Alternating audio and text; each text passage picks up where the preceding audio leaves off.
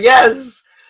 Rubric family, how's every single one of you today? Another day of isolation, unfortunately, but hey, there's light at the end of the tunnel, family. So, with a new day and the power of positivity, we're gonna get through this. Like every single one of you, don't forget to keep washing those hands and keep the social distancing. And going along those lines, like any other weekend, we have the pleasure to have like pretty prominent figures in professional wrestling, and in this occasion, the journalistic side of pro wrestling, and that's why I have the honor and the pleasure to have Lee Walker with me. How you doing, Lee? Hey, I'm doing pretty well, man. How about yourself?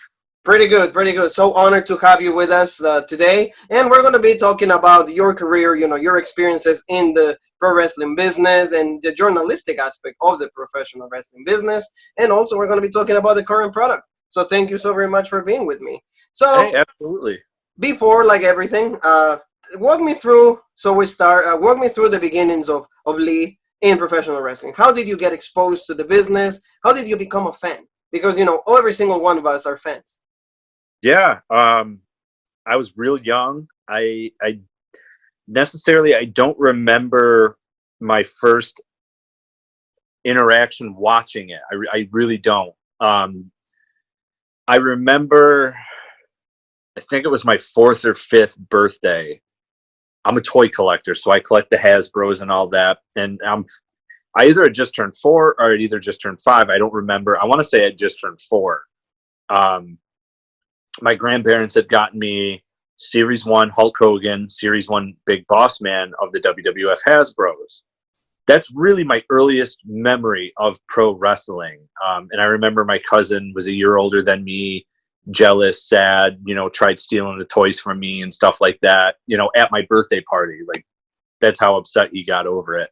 But the earliest memory I actually have of watching wrestling is actually after that, which was SummerSlam. Oh God, I want to say it was 90 or 91. Macho Man marrying Miss Elizabeth. 91. Yes, 91. Yeah. 91. So that's actually my earliest memory watching, at least that I can remember, or the one that stands out the most. We're all kids. We're all young. At my cousin's house, they got the big screen TV, the big box style that they had back then. And it was so funny. As Miss Elizabeth kept coming on the TV, we all kept rushing the TV to kiss her. A lot of the times, everybody missed and ended up kissing Macho Man instead. So that's like my earliest memory watching, because I was the smallest, because they're all a year or two older than me. Like, I'm that little kid in the back trying to climb over everyone to get to the TV, but I never got to the TV. But I was able to enjoy the laughing the most as they all kissed Macho Man. So let me tell you, I'm a big fan of Randy. I would have been so upset if I had to kiss Randy Savage. I'm such a big fan of him, so he will be fine. So that's actually my earliest memory of watching, and that's like the earliest thing I remember was getting the toys, and then later on watching SummerSlam. But my birthday's in October, so that's a big gap. Yeah. But those are my earliest memories, and it's always stuck out. Wrestling's always been something that other sports weren't to me for some reason, and it shows along my whole life. So, and we'll get that as the questions go on. So of course. So yeah, as you said, so you kept watching the product. You kept always sticking up with it. Like, you kept following it. Is that how you kept, let's say, developing that fan in you, or you just... Yeah, as a kid, I remember I never missed Saturday morning. WWF. I probably didn't hit my first spot where I kind of stopped watching wrestling. Shoot, man, it had to have been 2002, 2003, I think, was the first time I ever actually stopped for a little while. But I'd watched religiously Saturday mornings. And then as a kid, I remember being at my grandfather's, and he was watching WCW. Now it's Saturday night. I'd never watched it before. And this is probably about the same time. It's like 91, 92. Or no, it wasn't. It was before that. because Ric Flair was still in WCW before he went to WWF. Yes. Yeah. So it had to have been 90, honestly, to be honest with you. And I'm sitting on my grandfather's lap, and I remember this.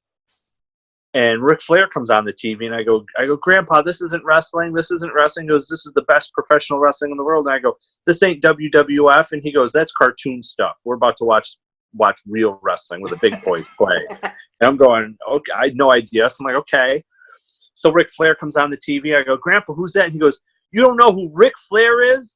That's the greatest wrestler of all time. And I'm like, nuh-uh, Hulk Hogan is. And we're going back and forth. Like, you know, I'm a little kid, but he's going back and forth with me like he's a little kid. And it was just a great interaction that I remembered. But it was definitely before Flair had gone to WCW. So this is where, like I said, it's confusing in my head because it was before 91, you know, before the SummerSlam. So yes. I do have other memories, and it's just now as I think about them, they're before my earliest memory of watching. That's my earliest memory of WCW, and I never watched it until like 95. I'd only watched it the one time with my grandfather. So I didn't watch until the first Nitro. Wow. Yeah.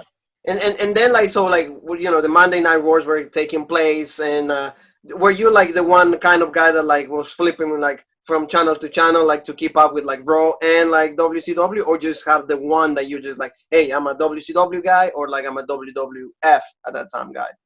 You know, the Monday Night Wars to me was probably hands down the greatest thing to professional wrestling. And I say that because the competition was so fierce amongst the two companies that you could tell that they were willing to do whatever it takes to be number one.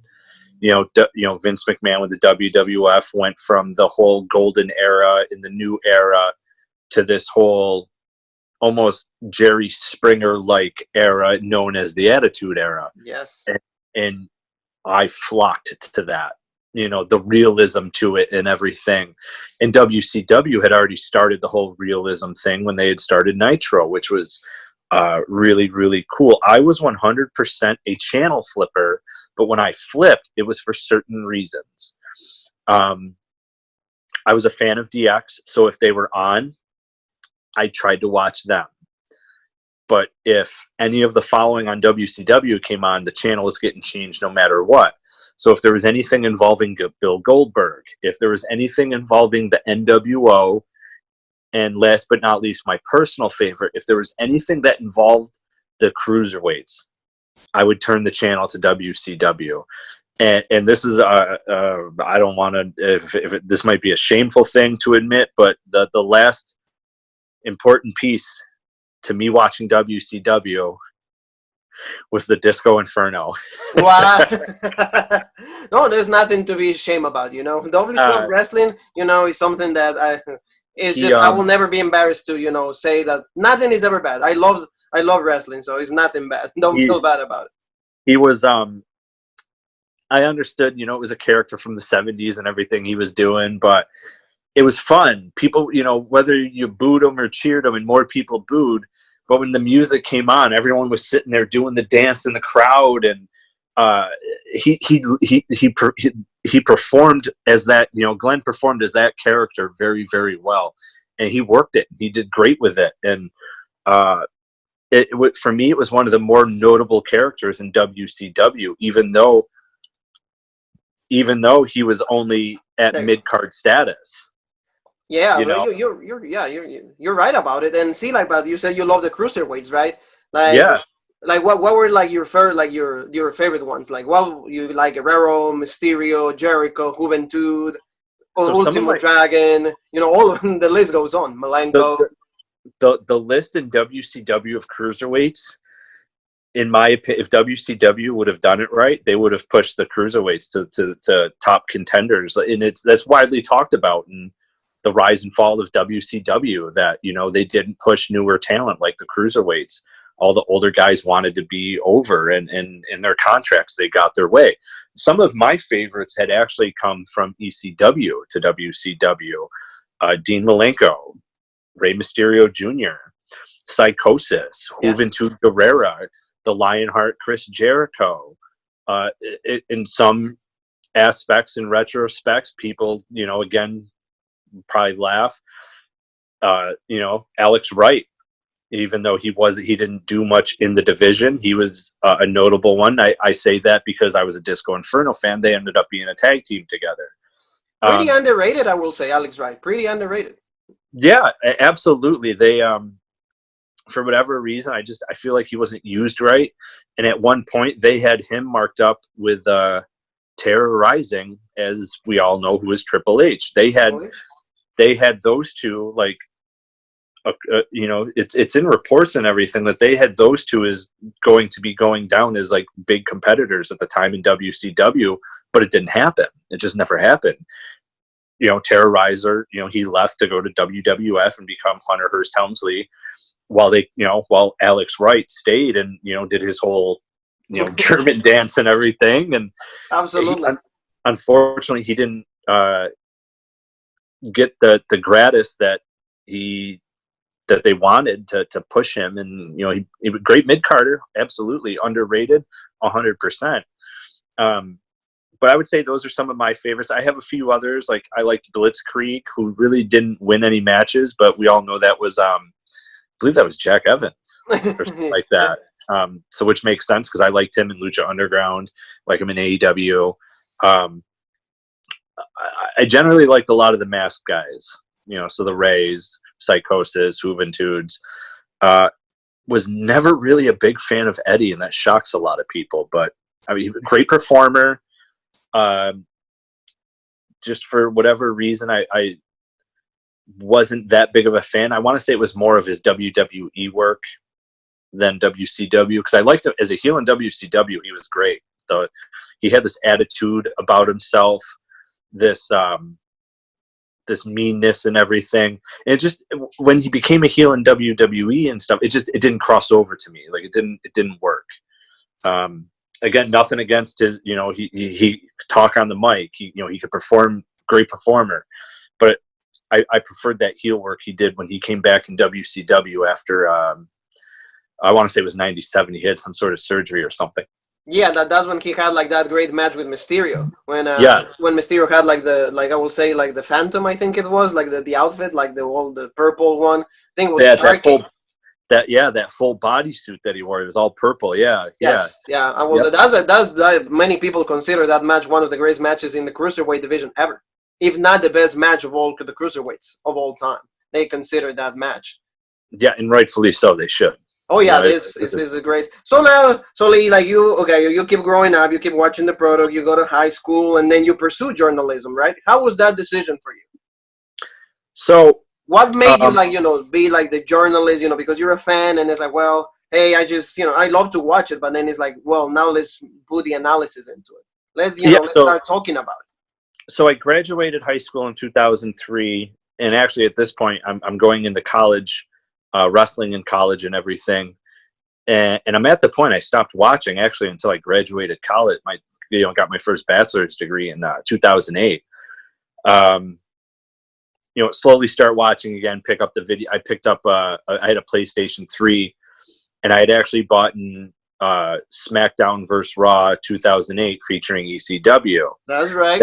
That's actually kind of what got me back into watching it, because I'd seen the game and I was like, oh, it's actually pretty cool. There's a lot of stuff you can do. Let me check this out. Get the game. It's pretty good. So now I start watching on TV again. Unhappy with my job. Go back to school in 2012. Graduate in 2015. I start writing for this local company called iHeart Oswego. I knew my writing skills needed to be built up a little better, and I had originally, my plan was to go work for some big company, whether it be WWE or some sort of sports team or a larger company working in the social media field. But my writing skills sucked. So, and this is even after going to school for that. So they, iHeart Oswego takes me in a local company, and one day they send me to a company called 2CW to do a cover wrestling show. There was a lot of stars on that show. There was Johnny Gargano and Candice LeRae, Matt Cross, Too Cold Scorpio, AJ Styles, Kenny Omega, the Young Bucks, Eddie Edwards, and the list just goes on and on. So I mean, it's incredible.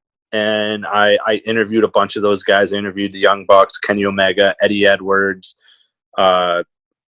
Sami Callihan was there. Interviewed him. He had just gotten released from NXT as Solomon Crow. Spoke with him, and I had spoken to a few others. I do the write-up,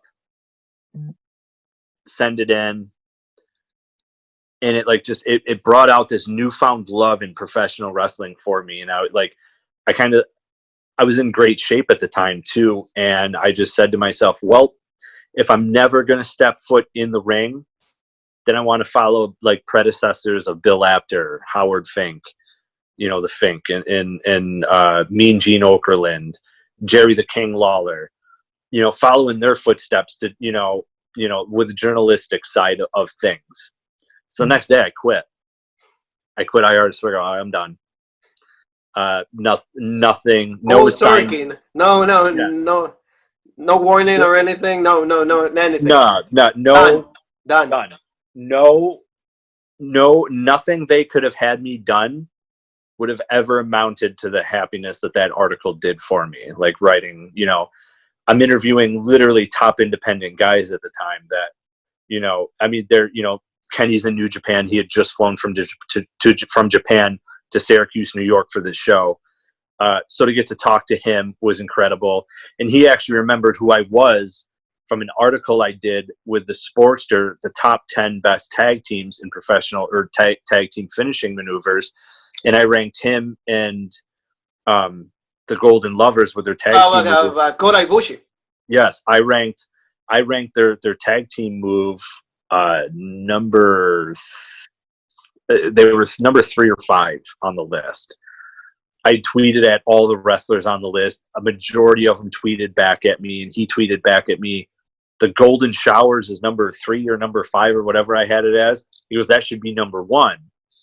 So he remembered me. So I walk up to him. I go, hi, Mr. Omega. My name is Lee Walker. I'm a journalist. He looks right over at the Young Bucks, and he goes, hey, this is a guy who ranked the Golden Shower at number 5. Are you kidding me? And I'm like, how did that make you feel, Lee? How did that make you feel?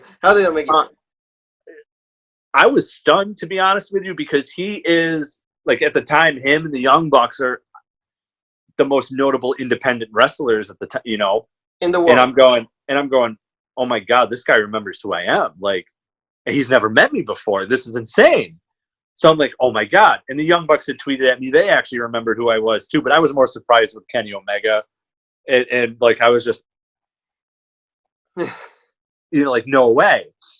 So I go, Kenny, if you don't mind, I'd like to ask you a couple of questions while we're here. And he goes, after you rank that move like that, he goes, yeah, go ahead, messing with me a little bit. So it was fun.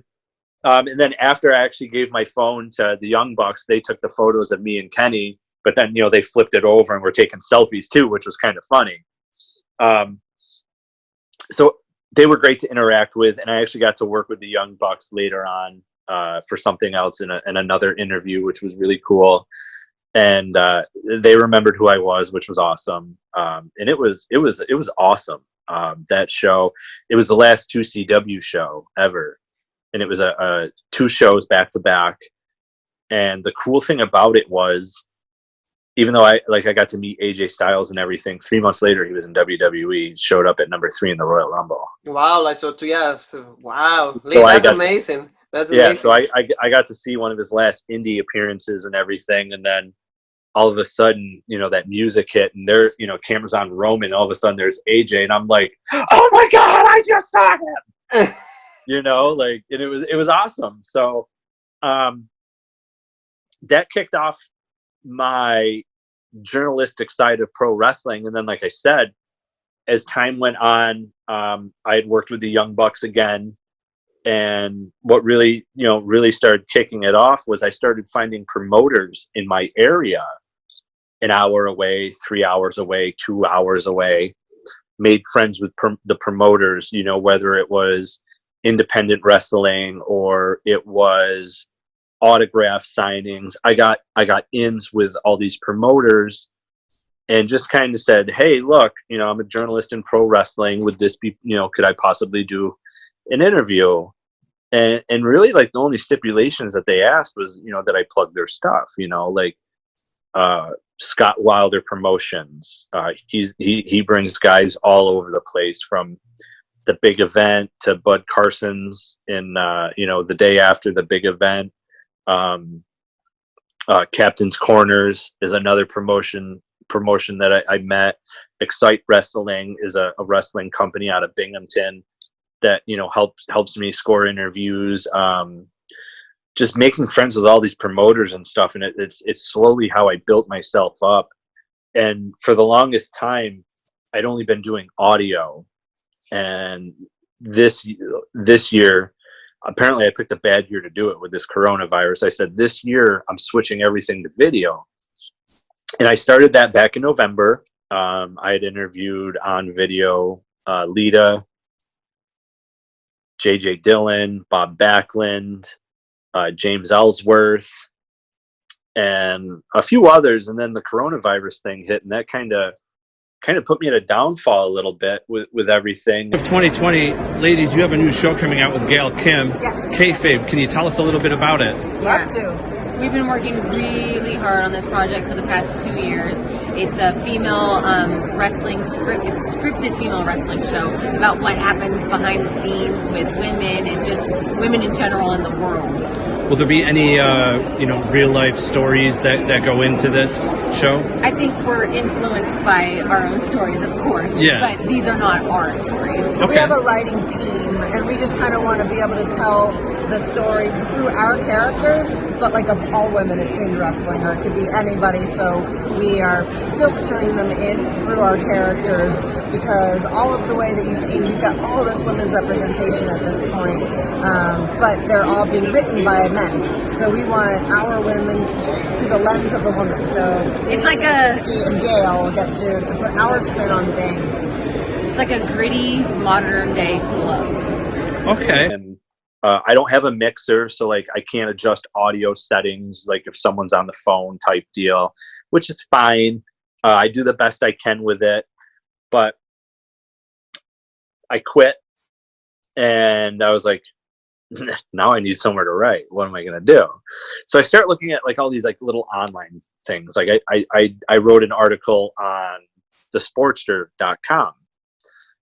It was something along the lines of, the title was the 15 grossest wrestlers in professional wrestling history. And then I also started, after I'd done that one, I also went to work for like their sister company, the richest.com. Wrote a few articles there.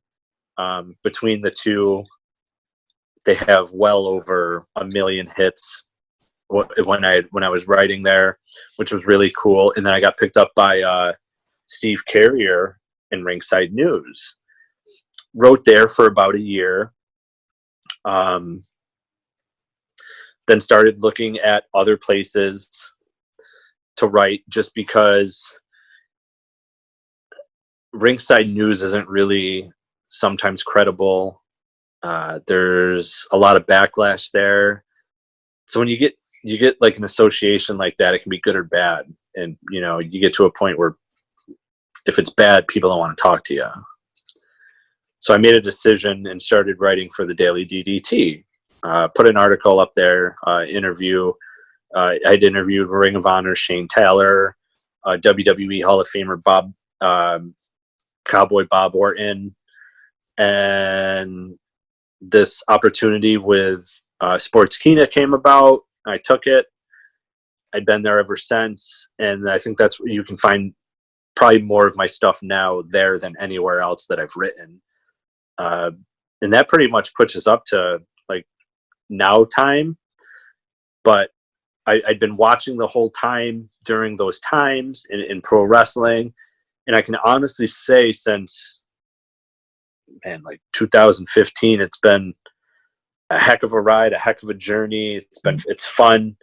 There really is nothing like professional wrestling. I don't care how anybody puts it, how anyone words it. In the NFL, NHL, NBA, MLB, any of those sports, there's no alternative really to it. Yes. Where in professional wrestling, you have alternatives to professional wrestling.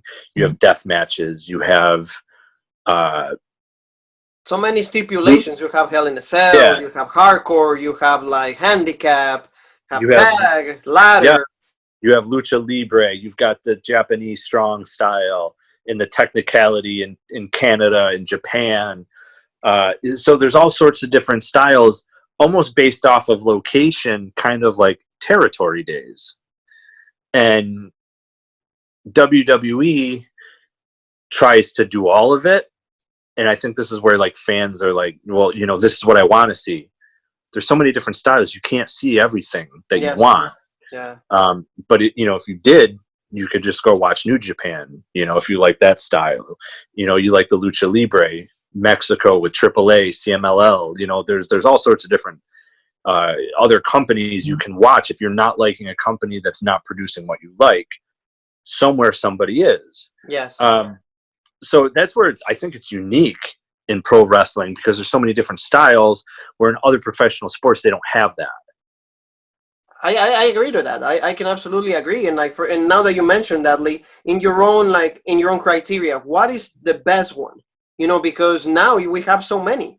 I'm going to ask you two questions. First, like I said, what is the best one in your own eyes? Because like you said, we have Impact, NWA Power, WWE, New Japan, AEW, and well, New Japan in Japan, but like all these American companies. Like, what is the one that you enjoy the most? And as a journalist, what is the one that you said like carries the best product? So as a journalist, the one that would ever get you the most, you know, if you're going to write, I want to say dirt sheet style, or you want to try and get interviews, the one thing I've noticed is if it's WWE related, it's read the most. That's just from my personal, you know, seeings and everything. And I don't necessarily agree with it, because again, I think there's so many other companies that are better, in my opinion. I don't want to say, I guess better is the way to put it. You know, right now everyone's, you know, kind of hot with AEW. They're kind of like WWE. They're trying to do a mix of everything all at once. I want to say for me, it's a toss-up. And it would probably be a toss-up between lucha libre style of watching AAA and CMLL and old school wrestling with NWA Power. Those would probably be the two styles I like the most, because I like the old school wrestling, but I like the lucha libre. I was a huge fan of Lucha Underground, in which when I interviewed Jack Swagger, he didn't do any interviews where he had actually announced that he was going to Lucha Underground. I had the interview where, you know, he finally broke and said the words, "I'm going to Lucha Underground," which was really cool. Unfortunately, it was also towards the end of Lucha Underground, which was really a shame. Really good company, but like unfortunately, like they couldn't, I guess, get enough like viewership or audience, I will say, and that's why they pretty much had to just like let everybody go. Which was really a shame. They had a lot of great talent there. I mean, think about it. They had Ricochet, who was Prince Puma. You know, they had Joey Ryan, Sonny Kiss. One of my favorite announcers, Matt Stryker, and him and Vampiro as announcers were phenomenal. Yes. They had John Morrison. They had Taya Barkley. Yes. They had Pentagon. Yeah, and Ray Phoenix. They had so much great talent. And I think what I really enjoyed about it was the fact that they did have an off season, that it went by seasons. And they gave professional wrestling a different feel with how they did their backstage segments and how they did their interviews and everything. It was really interesting, and it was different, and it was unique, and it was something you hadn't seen before. And then later on, I think you see Impact try and do something like very similar with like the camera style and everything. Lucha Underground just had it. They had it down right. And but I think the problem that we see is there are so many different forms of professional wrestling that it does make it harder for a certain product to watch over another one, which is it is what it is. Like I said, if there's a company not giving you what you want, somewhere in pro wrestling there's a company doing it. Yes. you got to look. You just got to look. Absolutely, like for you, like, and this is the one thing. Like, would you say, no, yeah, you just make me think of something. Like, for example, remember the Lucha Underground style, right? Wouldn't you say that that's the first step of the cinematic matches that we watch at WrestleMania? Yeah. Wouldn't you say, like, kind of the storytelling, most like, the camera shots, like not really focus on like the actual action, but more like in a different type of angles, promoting more like the story rather than the wrestling itself. Even the way that they called the matches was a little different also. Yeah, absolutely. I would say that, that they were the ones that really kicked it off. And then Matt Hardy took notice, obviously, because his whole broken / woken gimmick character that he does, he took over and really did it. And then I think it's a shame the way he was used in his last WWE run, because they should have given him that opportunity to let him, work that character as opposed to what he was doing. And I understand that. My understanding is that the company wanted Jeff more than Matt, but you couldn't get Jeff without Matt, sort of deal. But Matt with the broken gimmick, let him roll with it. He's phenomenal with it. And when he was doing it in Impact, it was amazing. The promos he was cutting, the with the camera angles and the whole filming from within his own house, and the Hardy compound and everything. Yeah, I thought it was great. And there's a lot of again, this is a touchy thing because it did get mixed reviews with WrestleMania, with the Firefly Funhouse and the Boneyard match. Old school fans didn't like it. This isn't pro wrestling. This blah blah blah. Are they right? Yeah, to an extent. But in my eyes, there's different forms of professional wrestling. This is just a new form of it. Yes. So not everybody likes change. This is a change. I, for one, enjoyed the Boneyard match. The Firefly Funhouse match was really not a match, but really just kind of, I really can't call it a match because there was one move done. The mandible claw, and that was it. Yeah. But that whole cinematic style brings a whole different light in life to professional wrestling. And you can either adapt to change and enjoy it, or you can get left behind and not watch anymore, or watch somewhere else where they're doing what you like. Where they keep it more old school. I absolutely agree. Like you, and see, like that's why I like to ask this question to a journalist and an analyst, because you probably have to do this hard thing of taking your heart out, your fandom, and then just watch for what it is. See, like, hey, this is good, this is bad. Hey, I didn't enjoy this that much, but keep it always with objectivity. Yeah, and in the journalistic side, you have to keep biased towards everything. You have to watch with an open eye and an open heart. You have to listen to other interviews with an open eye, open heart, and an open mind. If you're just going to constantly bash the product, what good are you doing for professional wrestling? In my opinion, none. If you're just going to bash the product all the time and you don't like it anymore, then why are you still part of it? Go find something else then. There's always, and there's always those people. I don't always bash the product right now. I'll admit it's hard to watch with no fans, but there's other things besides that not being fans that make it hard to watch. AEW, you got someone like Kenny Omega, who I've brought up multiple times already, coming down to the ring, pointing to the crowd and this and that. There's nobody there, So when you're coming down the ramp, I'm not understanding why you're still trying to do your same routine coming down the ramp, but there's nobody there. So like, to me, like little things like that. And I know it's like nitpicking, but it doesn't make it believable in my eyes. Like, there's no one there, but yet you're still trying to pan to a crowd that's not there. Why?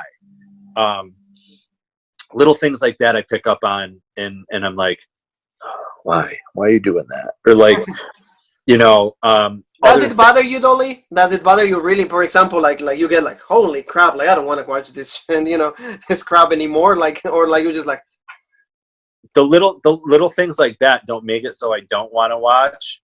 There's other parts of it that have made it hard for me to watch. Like, I understand what's going on and everything, but week after week after week, I cannot constantly watch Akira Tozawa get jobbed out.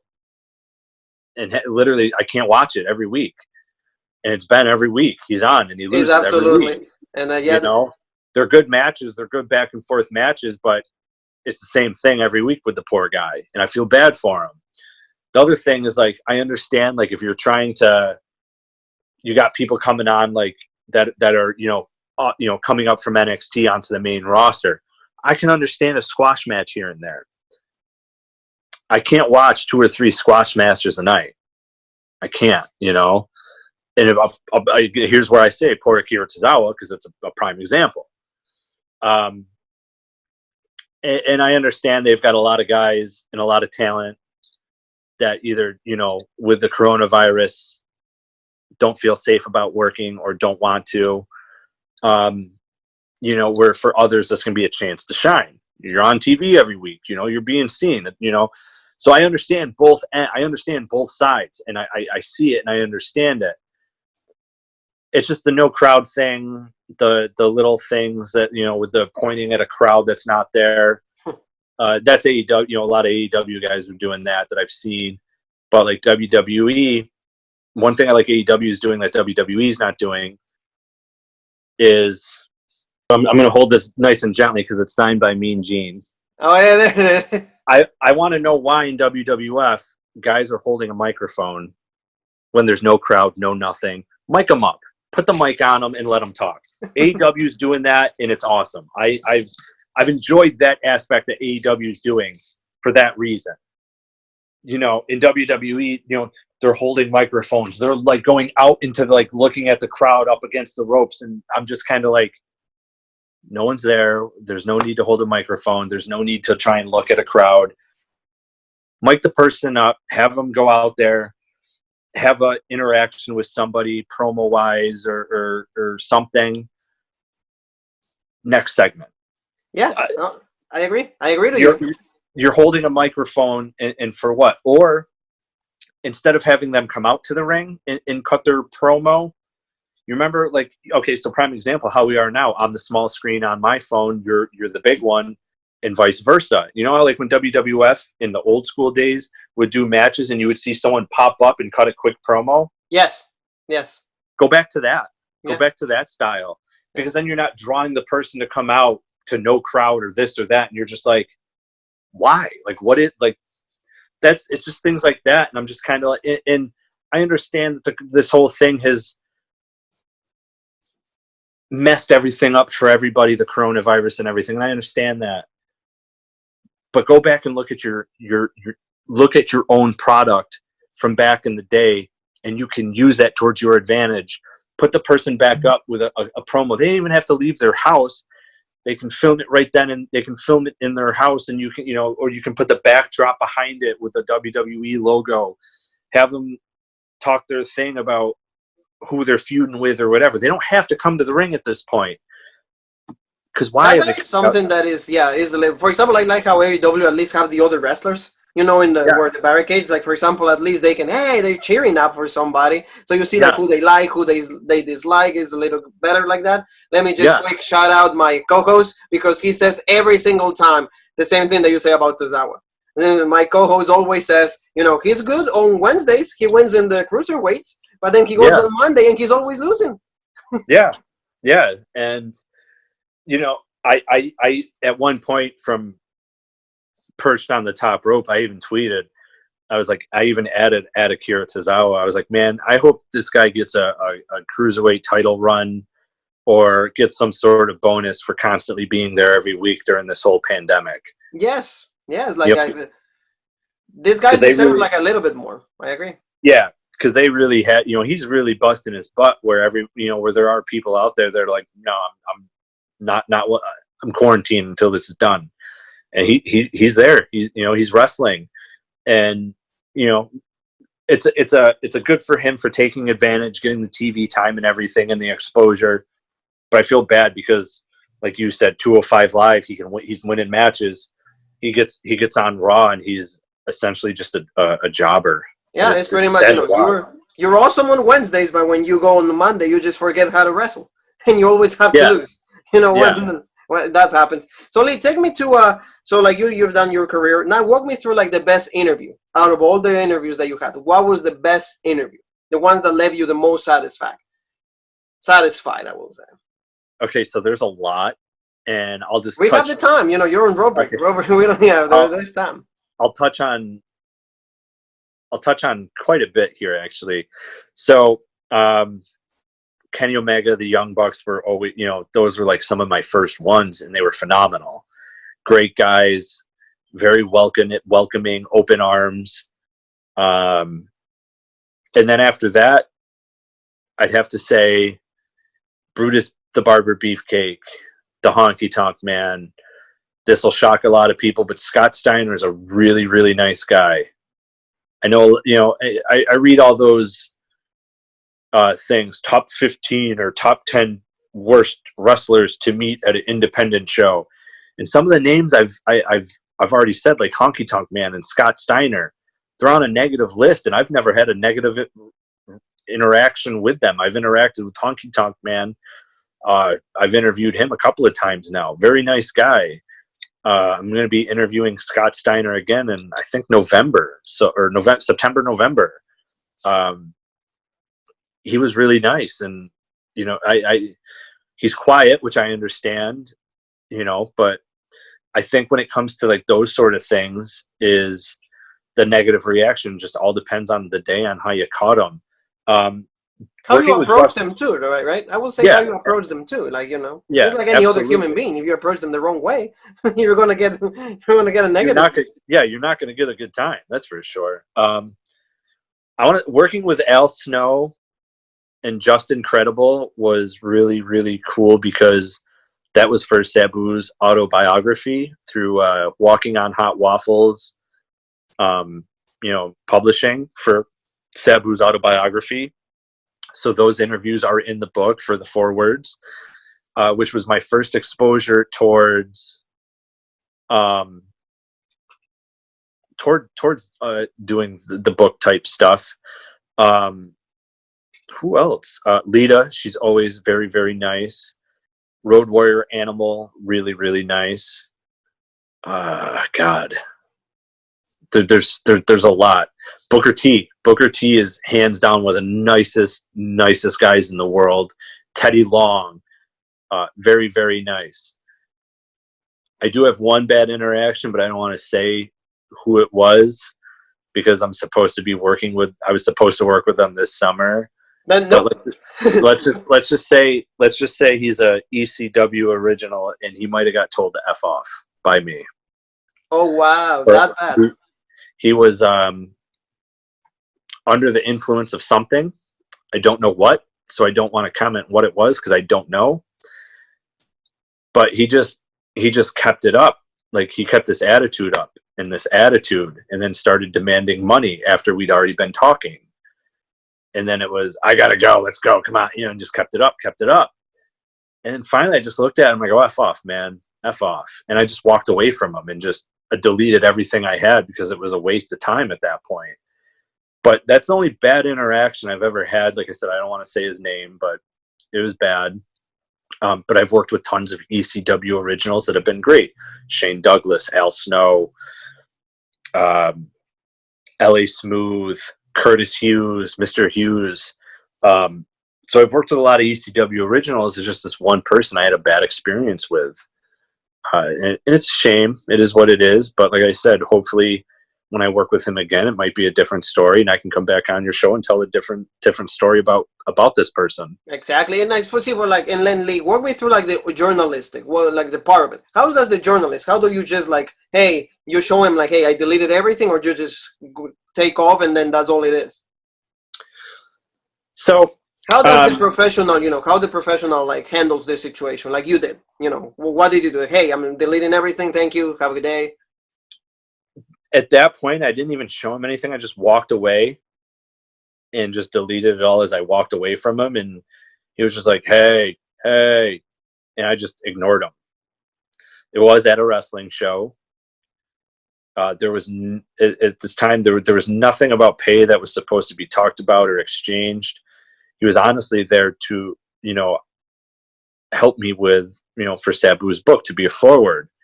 But just the way he acted, and you could tell he was under the influence, and then the attitude and everything. And I just go, I'm done with this.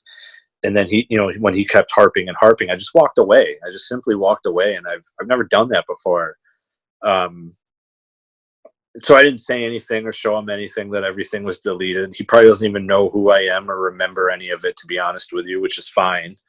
So which is a good thing, because like if you're going to be working with him, yeah, I'm it's a going good to be thing. gonna work with him again. So I'm not even gonna bring it up or even talk about it, and hopes that maybe he doesn't even remember me, or even remember the interaction. So, Good. But when it comes to the journalistic side and trying to get ready, I'm sure like preparing for interviews. Yes. You go back, you watch, depending on what questions you're going to ask. Now, this is where it can get interesting. I like to throw a mix in my interviews. I'll do some career highlights, some big stuff, big pop type stuff that happened for that person. And I'll try and throw it, if they're current in a product now, like if they're part of AEW, if they're part of Impact or Ring of Honor or something, I'll ask some current questions. If they're not part of the current anything, I'll ask them their thoughts. If they watch first I'll ask if they watch the current products. I do that off, before I'd start the interview. If they tell me no, then I know what questions not to ask at that point. So I'm prepared with a list of questions, and then before it starts, I can cross off like what ones, okay, they don't watch, so don't ask about current product. Or, okay, you can get a vibe. Like when I interviewed Shane Taylor, I had brought up him working with Keith Lee. And if they say this, then I go, okay, don't ask any older stuff. And this is where I got this from, was because of Shane Taylor. I'd asked a question about him tagging with Keith Lee and stuff like that. He answered the question, and then after he was like, yeah, I'm here to talk about me now, not the past. So then I was just like, okay, there goes a bunch of past questions. So little things like that help. And then, like I said, if there's a particular match that was really popular, you didn't see or don't remember, go back and watch it and ask about it. Or, really keep up to date on that person, or, research as much as you can, find out, get on YouTube and try and look up past matches that they had in the last month or so, or find out about their current storylines. Or, I try not to ask anything negative. So like if there'd ever been anything where they'd been arrested, or drugs or alcohol, things like that, I try not to ask about. I try to keep everything positive and in a positive manner, because I'm talking to, like, prime example, I'm talking to Jeff Jarrett, the professional wrestler. I'm not talking to Jeff Jarrett. I'm sitting at home drinking a bottle of vodka and a case of beer a night or whatever, because he had alcohol problems, and that he was open about, and things to that manner. So I'm not gonna touch on those sort of things, but career highlights, what they're doing now, things like that, favorite matches, who they got to work with that they really enjoyed, who they didn't get to work with, who they liked working with, who they didn't like working with. And I'm a huge Owen Hart fan, so if you had any sort of interaction with him, I'm going to ask two questions. What was wrestling with Owen Hart like? And did Owen Hart ever rib you? And if he did, what was the rib? I'll ask stuff like that. If you worked with somebody that like Owen was my favorite of all time, so I will ask. Those are questions I'll ask. Jeff Jarrett was one of them, so I got to ask that. Mr. Hughes was one of them. I got to ask that.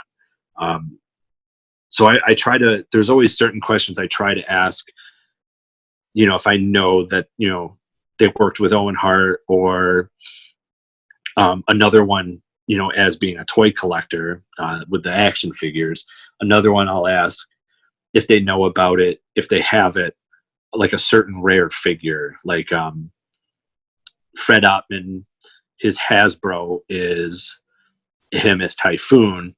Originally, it was supposed to be slated as him as Tugboat. Okay.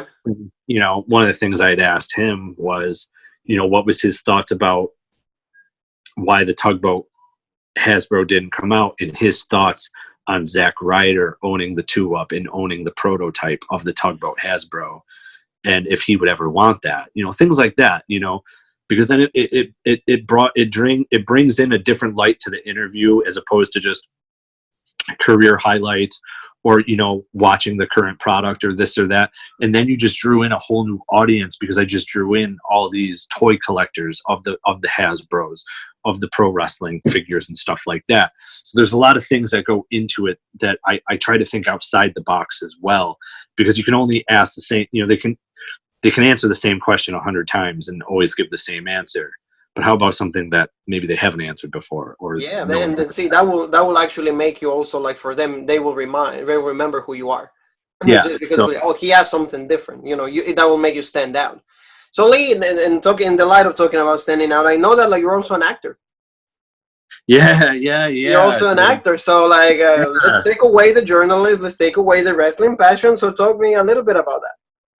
So this started in college. I got approached to do this movie called Red. It was like a local thing, but it came out great. It looked like it's movie theater quality. I was just an extra, and then I got to do some other extra work for some other movies. Some of them I don't even know the name of, because I don't know whatever happened to them, what they did with them. I was in this film called Warped that actually gave me my first lines. It was a movie about a young girl, 18, 19, addicted to drugs, and I played the opening scene is her in a field of flowers and everything, and then it like kind of like flash forwards and zooms into like an AA type meeting, and there I am, you know, looking all strung out and everything, and you know, from the makeup and everything, and talking about how this meeting's saving my life and everything, stuff like that. But where it really kicked off wasn't even the acting aspect. I had done an episode of MTV True Life, and it was called I Work for My Parents, which was funny because if they would have dug deep and looked at the DBA and looked at our LLC, I'm part owner. Wow. So it was I work for my parents, but I co-own the company, but it's with my parents. A lot of people always ask about the MTV True Life thing, and I usually have an answer of 85% of it scripted, or they guide your conversations to what they want you to talk about. So like this particular show, they had a girl who wanted to take over the family business. The middle part, I didn't understand at all. It had to do with like strippers and stuff. They thought it was made up, but they went with it. And then there was my part. So they made me not want to take over the family business. But if they would have done their research, they would have saw I already co-own it, which was funny. So we're doing all these we're doing everything they ask and everything. And it was fun. It really was. And then, like I said, in after that, while in college at this point, I'd done the two little films, but then I got hooked up with this and casting is what it's called, and I got to do a scene with Adrian Brody. He was the guy from the Pianist, the newer King Kong movie, the newer Predators movie, where they get dropped down into the island or whatever, and it's like him with a Russian guy, a guy in jail, Tobey Maguire, the insane doctor, and he was one of the guys who lived, who and then the second round comes in. He was the most notable actor I've ever worked with, and you're not allowed to, because when you're signing your paperwork through SAG, you're not allowed to ask the big people for photos or autographs or interviews and stuff like that. And I was like, I can work around this, trust me. And they're like, no, you really can't. So it's 4:30 in the morning. We just get done with our scene.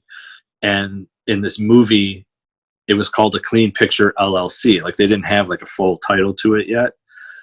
And it's like a mob movie, and I'm playing like one of the henchmen. So it's like 4:30 in the morning. We do this scene where he backs up a garbage truck and like rams into this car that's behind him, and the car's supposed to blow up. They added that, I think, from CGI, because the car definitely did not blow up, if I remember correctly. And the 4 or 5 henchmen, after, like, he kills us. But then, like, the garbage truck is parked as he gets out after he hits this car. He kills us and then, like, walks around all of us and stuff. And at first they had me under the garbage truck, like he ran me over. But then you could see too much, and they were like, well, if we do that, we got to like make it like he's like squished, and then we're going from like PG-13 to rated R. And they're like, no, we're not doing that. So they moved me up on a sidewalk, and I get some bullet holes and blood and stuff like that on me. And, you know, he walks by all of us and all of that. And then he just gets in the garbage truck and like goes away. So we get done with the scene. We go back to holding, and we start changing. And there's no dressing rooms or anything like that. I'm literally pulling my pants down, and he looks over at me, and like we made eye contact, and it was odd. It was weird. And he just had this smile on his face, and he's like, oh, hey, you guys did a good job out there today. And I was like, oh, thanks. As you say, smiling at 4:30 in the morning as I'm pulling my pants down. But he's doing the same thing. So I'm like, it's at this point now I'm laughing. I get back in my regular clothes, getting ready to go home. And my mom's a huge fan of his because she loves King Kong. She loved The Pianist and stuff like that. And I'm like, man, I was like, I gotta get an autograph, but they said I can't. So I walk up to him and I go, hey, Mr. Brody, thank you, blah, blah, blah. I go, my mom's a huge fan. Could you write her a note? That's how I got around asking for an autograph. And he goes, yeah, I can do that. And all of a sudden, like a manager, producer comes over. Oh, no, you can't do that. And he looks over and he goes, I'm writing a note. Calm down. So I have to go. Now I got to find something for him to write on. So I go back to production. I go to one of the printers, and something's printing out, and I just grab a fucking sheet of paper. Oh, I'm sorry. I swear. I don't know if you guys know. That's okay. No, you're good. So I grab a piece of paper. I rip it out of the printer. And some guy goes, I'm printing something. I go, I don't care. I'm getting something for my mom. Mm-hmm. I run back to him. I got this piece of paper. Like, I'm shaking it at this point.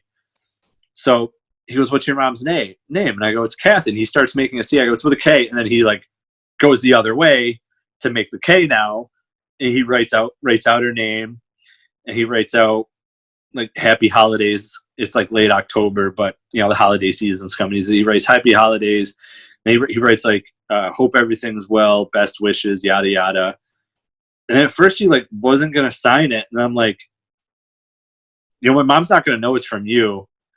And he just goes and signed it. And it was really cool. So that's the biggest person I've ever had a scene with or worked with. I was slated for the next American High series movie. Unfortunately, the coronavirus has changed that. And filming was supposed to be like a month ago, and I don't even know what's happening. I have not heard from casting about it. Don't even know if they're going to continue to pursue the next chapter of the movie series that they do. But yeah, as of right now, just like anything else, there's acting related. There's nothing going on. Yeah, unfortunately, Corona has like all of us like sitting in our homes. But like, let's hope we're getting through this. It seems like as the weeks go, like we will get better. I think I started to see a little bit of light in the end. So like, tell me now. We want to like the wrestling, journalism, acting. Now tell me about Perched on the Top Rope. Okay, so Perched on the Top Rope was something I actually got approached by a couple of guys that do this this network called Perched Sports. I don't know if they had seen my articles or anything like that, but I got a random message one day on Twitter from a kid named John. And it was, hey, have you ever thought about podcasting and this and that? And we'd like to talk to you and have you come aboard, because they've got perched on like a football show, a hockey show, a baseball show, and they're wrestling fans. They don't have a wrestling show. So I'm like, okay. And I had originally come up with a different name for it, and now I don't remember the name. I'd have to like go back and look in my messages, but I had something, and it was similar, but it was on the top rope, still just not perched. And the main reason why we settled on perched on the top rope is because the WWE announcers, you can hear, and it's primarily Michael Cole and Corey Graves constantly saying, "He's perched on the top rope." Okay. And it was just like, that's the name. That's it. And that, they wanted to include the word perched in because of Perched Sports, and I just had this asphyxiation with on the top rope for some reason. I don't remember what the original name I had, but then after listening to like Michael Cole and Corey Graves saying, "Oh, he's perched on the top rope," or "Apollo Crews is perched on the top rope, what's he gonna do?" And the more I heard it, the more I was like, man, that does really sound good. That sounds good. I like that. That's what we're gonna go with. So that's what we went with. At first, it was just like any other, kind of podcast show. We did, reviews and this and that. And then I was like, well, I'm a journalist. I can get people on here. So like I had Terry Runnels. I had Scotty Riggs. Bailey's biggest fan, Izzy. I had her on. And then after I had her on, I was just like, what's a good way to get this to the next level? You need a co-host with a name. So at the time, Izzy had a segment on our podcast called #It's Izzy's Corner. And she would use her Twitter account and, say, "Hey, Perched on the Top Rope has a show this week. I need you all to comment on what you think about this, and make sure you use #It's Izzy's Corner." So I was just like, all right, I need a co-host. And I worked with her dad. I worked through her dad, to get her on the phone, because she's now 13. Her birthday was yesterday, actually. So happy birthday to her. Happy birthday. Yeah. So I didn't tell her. I had her stay on a whole show one day. And then I revealed to her at the end. I go, "Hey, co-host, how'd that feel?" And she goes, "What?" I go, "Yeah, would you like to be the co-host?" She goes, "I thought my segment was running long." And it was like a 40-minute show. And she goes, "I thought my segment was running long." I was like, "Oh, that's because you stayed on a whole show." And she was like, "Oh my God, really?" I go, "Yeah, you want to be the co-host?" And she's like, "Yeah, let's do it. Let's do it." So that's when we started implementing the It's Izzy's Corner, like with her with the hashtag more. And the only thing was, I knew it wasn't going to last long, because I knew that she was destined for bigger and better things in professional wrestling. And she really is. She really has. And it's showing, because she has her whole YouTube show now, and her own like YouTube channel and everything that she does.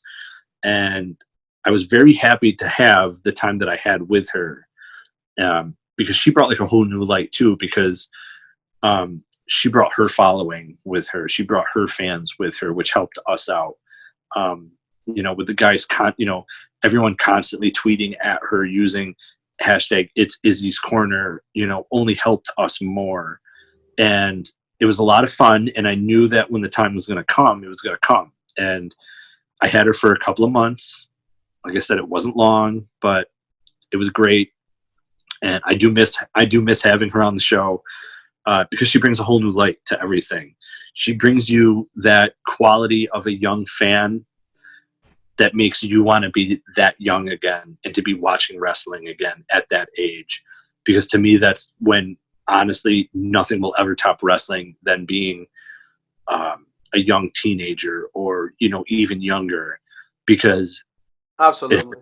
it has so much more realism to it. And I don't want to say you're more in tune and in grasp with it, but it's because you have that young innocentness to you and everything. And, it's choreographed, and I'll never call it fake, because to me it's not. If you can be Sid Vicious and jump off the top rope and break your leg, if you can die in the middle of the ring from a poorly executed move, if you can end up paralyzed from the neck down like Darren Drozdoff, Yes.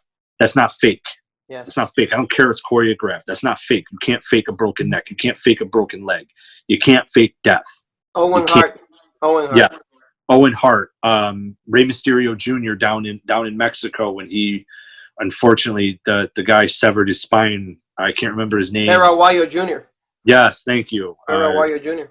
Yeah, a notorious family name down in Mexico, by the way. Yep. Rey Mysterio almost goes to jail because they thought that like he killed him with a kid in the 619, but then they saw the video carefully and they see that he never connect because he was already down. Yeah, you know, his hand came up, but then all of a sudden the way you watched his like neck and everything, and all of a sudden he's just, and you're just, you know, how about this, La Parka. Not La Parka from WCW. La Parka from Mexico. Yep, he died not too long ago. Yes, he died not too long ago due to the injuries where he hit the he did the dive through the ropes, but he completely went in. Yes. Yeah, he went right into the rail. Yes. You can't. That's not fake. You can't fake that. So to me, it's not fake. It's never going to be fake. I don't care how anyone looks at it. But when you have that innocentness to you, and you watch that, and I always remember being a kid, the excitement was way much more than me as an adult. Don't get me wrong, I still get excited. Like when the Hardys showed up at WrestleMania. My favorite is always the Royal Rumble when the surprise entrances come out. And you're like, oh my God, no way! You know, like those are always big pops for me. But I think, and this is where I totally agree with, you know, WCW with the whole PG era. The youth get more out of it than adults. It's kind of the way I see it. And I think once you kind of start working in the business, you get exposed to a different side of it. You get exposed to a different light of it. And it does change your opinion and your aspect of professional wrestling. Am I still a fan? Absolutely. But now I'm in it and I'm working in it. And it has a different feel to it. So like a lot of the times people will be like my guys with Perched on the Top Rope to be like, hey, can you live tweet the Royal Rumble tonight? And I'll be like, no, I live tweeted the last 3 pay-per-views or whatever. I want to watch as a fan tonight. So like, you know, when you're doing stuff like that, podcasting and the live tweeting and all of that, sometimes as a fan, it takes away the experience because now you're looking more at a laptop than actually kind of seeing what's going on. You're more focused on trying to get the views and the likes and the comments and interacting with everybody. That sometimes you just want to sit back, watch the pay-per-view and be a fan. So every couple of months I go through a period where I don't live tweet. I want to be a fan. And when you get involved in the journalistic side and the podcasting and all of that, you do forget that you're a fan, and you forget that you were a fan first before you started doing any of this. So that's where I get into a mode where like, all right, I want to be a fan again. And I'll go to one of the guys, whether it's my guy, Matt, Alex, Joe, John, and I'll say, hey, can you live tweet Raw tonight? I just want to watch it and enjoy it. You know, I've been doing it for a while. Can someone else pick it up? And you know, they do, and it's not a problem. So, when you get more into the business, you're more a fan second, which it's unfortunate, and it does take away from a lot of things, but I'm still a fan, always a fan, no matter what. And I'm just going to keep plugging along, doing what I have to do. You know, like I can honestly admit right now to you and on your show, I have not watched anything since WrestleMania. It's been a little hard. Like a month? Like a month and a half? Yeah. Like I'd said earlier, it's been hard with the crowd, no crowds. AEW has, you know, some people around the ringside, which is cool, and it does help the experience. But the little things that I pick up on when there's no crowd has made it really not enjoyable. But I'm going to try Monday and watch Raw and see how it goes for me. If I'm into it, great. If not, I might just have to wait until there's crowds again or something, or the pandemic's over. But it's been hard to watch. And what makes it even harder on the journalistic side, and even as a podcaster, everyone's just reporting the same thing. Everyone's talking about the same stuff. There's nothing really kind of different. I think the cool thing is, like, with you as the original Rope Break, you're interviewing people. You're getting different. Thank you. Yeah, you're getting different perspectives. Like you guys uploaded an interview with the Maestro from WCW, which was great. I listened to it. I enjoyed it. That's somebody different, from the company that people don't tend to think about to want to talk to. And, and then you approach me as, okay, now we had a wrestler. Let's get a different aspect of of professional wrestling, and let's get a journalist and see their perspective on wrestling and this and that. So, like, you guys are doing something that others aren't doing. You're getting different perspectives and different views from all over, different perspectives in professional wrestling, which is really cool, which makes it enjoyable. And that is something, to me, that makes professional wrestling enjoyable, even though I'm not watching right now. I can still listen to podcasts like the original Rope Break and enjoy what I'm listening to, because I'm getting different perspectives. I'm getting all sorts of different info I would have never heard before, in a different perspective of different content and everything, which is really cool, and has made it enjoyable, and has made, listening to your podcast really enjoyable to listen to, and even to watch. Like when, you did a quick little snippet of the Maestro talking about Jake the Snake Roberts on your YouTube show. I watched that, and to what, you put up like different pictures of Jake and this and that while the Maestro was talking, and it was really neat, and it gives a whole different perspective on Jake the Snake Roberts that somebody hasn't heard before, from somebody that people don't think of to try and interview. Thank you so very much, Lee. Thank you. No, I wasn't expecting that, but thank you. That's the reason that we like to do this, and thank you so very much again. We just try to, like you said, bring new, different eyes, because, like you said, we know we had the same issues. Everything that you just said is spot on. We got the same issues, because, like, it's hard to watch at times, because it's like we don't enjoy the meaning. For example, it's like, oh, Cien Almas wins. Let's say I'm a big Cien Almas guy. He wins, and I'm, oh, but why does he win with a roll-up? Can he do the hammerlock DDT? Things like that. It's like, you got to be more, you're like picking every single time. But thank you so very much for that. And before I let you go, then this is the time, this is the moment that I give you the floor for you to shout out everybody, for you to, like, say hi, whatever you want to say. This is the floor for you. And also to please plug in every single thing that you're working on, and every single thing that, like, you're up to. All right, awesome. So, guys, I want you to do me a favor. Go find us on Facebook, Perched on the Top Rope. That is a podcast that I do. We're going to do something really cool, as I just talked about with the original Rope Break, that you guys are so unique, because you're looking at professional wrestling from every angle that you possibly can.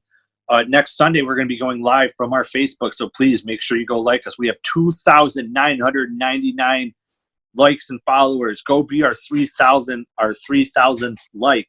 I'll be the one. I'll be the 3,000. So give me something. Give me the mic awesome. That you had with Gene Okerlund. I'm kidding.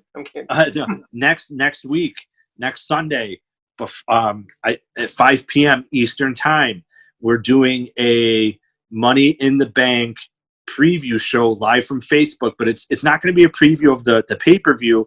We're going to do something different. We're going to be playing the WWE trivia game from 1998 that has over 800 questions. Become the person to get the most questions right. We're going to be giving away prizes. We've got pro wrestling pins, stickers, action figures, Funko Pops, autographed 8x10s. We're going to be giving a lot of cool stuff away. Please tune in and check. 5 p.m. Eastern Time, Perched on the Top Rope. Follow us on Twitter at Perched Top Rope. You can find us on Instagram. This one's going to be long and it sucks, I know. Perched _on Perched _on the _top _rope. Sorry, it's long. I know. No, it doesn't matter, because all the info is going to be in the description for you, Lee. Okay, so cool. No worries. You can find us anywhere anywhere podcasts are produced. You can find us on Podbean, iTunes, it's all over the place. Search Perch Sports. That's where you'll find Perched on the Top Rope. If you want my personal stuff, it's Lee Walker on Facebook. Twitter is _just_Walker. I do, tweet from my own on there. A lot of pro wrestling stuff. I tweet. That's where I primarily tweet at a lot of pro wrestlers. I want to thank everyone for listening to the show. I want to thank everyone for listening to today's show with the original rope break. This has been a great time for me. And as a return favor, I would like to have you come on Perched on the Top Rope so that I can pick your brain and interview you and find out more about the original rope break and how you guys all got started. Well, thank you so very much for that. I feel honored. And of course, we just got to you let me know whenever you're ready. And yeah, we'll course. link up and we'll figure out a date and a time and everything. And again, I want to thank all your fans for tuning in, listening, and hopefully you enjoyed some of my stories. I've got thousands and thousands of more, from going on Terry Runnels' podcast to all sorts of stuff. But we'll sit down, we'll talk again. And I want to tell you, this is not the first time you will be on, because once you're in the rope break family, you're in the rope break family for life. So please, whenever you want, you're more than welcome, because I would like to have you for the pay-per-view reviews, get your expertise, just, to see, this sucks, or why did they do this? See, we have SummerSlam also coming up, Money in the Bank. So the floor will always be, you're more than welcome to be on. Awesome. Yeah. We'll talk about that more too. As far as everything, thanks for having me on. Thanks for all those listening. I had a great time, and I hope everyone out there in the original rope break, make sure you let go at the 4 count, because after 5, you get DQ'd. That's true. Thank you so much, Lee. And then don't forget, family, to subscribe to help us out. Don't forget the social media world, Facebook, Instagram, Twitter, rope break, the OG rope break, the original rope break. And here, YouTube, of course, the meat and potatoes, like Jean Paul will say. So, family, thank you so much, Lee. Had an awesome time. And like I said, we got to keep doing this. Family, have a great day. We'll come back with you guys soon. We'll be back for Monday Night Raw and more. So take it easy. And I want to say to you,